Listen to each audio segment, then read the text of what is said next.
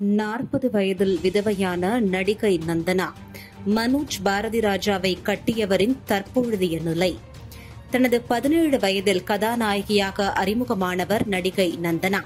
கேரள மாநிலம் கோழிக்கோட்டை பூர்வீகமாக கொண்ட இவர் சக்சஸ் எனும் படத்தின் மூலம் தமிழ் திரையுலகில் நந்தனா அறிமுகமானார்.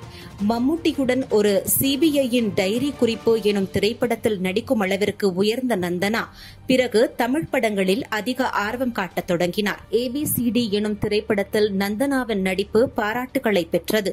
இதன் பிறகு சாதுர்யன் எனும் படத்தில் பாரதி ராஜாவின் மகன் மனோஜுக்கு ஜோடியாக நந்தனா நடித்திருந்தார். 2005ஆம் ஆண்டு இந்த படத்தில் நடித்த போதுதான் மனோஜுடன் நந்தனாவிற்கு காதல் ஏற்பட்டது. அப்பொழுது நந்தனாவிற்கு வயது வெறும் 20 மட்டுமே. அடுத்த ஆண்டு, அதாவது 2006ஆம் ஆண்டே தன்னை விட வயதில் 8 வயது மூத்தவரான மனோஜை திருமணம் செய்து கொண்டார் நந்தனா. இதற்கு காரணம் மனோஜ் மீதான நந்தனாவின் காதல். கேரளாவை பூர்வீகமாக கொண்ட நந்தனா மனோஜை காதலிப்பதை அவரது வீட்டில் ஏற்கவில்லை. நடிகையாக வளர்ந்து வந்து கொண்டிருக்கும் நேரத்தில் காதல் வேண்டாம் என குடும்பத்தினர் கூறியதை கேட்காமல் மனோஜை காதலித்ததுடன் கல்யாணமும் செய்து கொண்டார். இதன் பிறகு மனோஜுக்கு மனைவி, 2 குழந்தைகளுக்கு தாய் என தன் வாழ்க்கையை சென்னையில் கழிக்க ஆரம்பித்திருக்கிறார் நந்தனா. இதேபோல் நந்தனாவை திருமணம் செய்து கொள்ள மனோஜிற்கும் வீட்டில் எதிர்ப்பு இருந்தது. ஆனால் அதனையெல்லாம் மீறி நந்தனாவை கரம் பிடித்தார் மனோஜ்.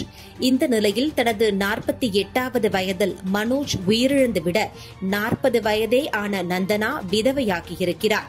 அவரது 2 மகள்களும் தந்தையை இழந்துள்ளனர். மனோஜை திருமணம் செய்த பிறகு சினிமா உள்ளிட்ட எதிலும் நந்தனா நடிக்கவில்லை. குடும்பத் தலைவியாக வீட்டை மட்டுமே கவனித்து வந்தார்.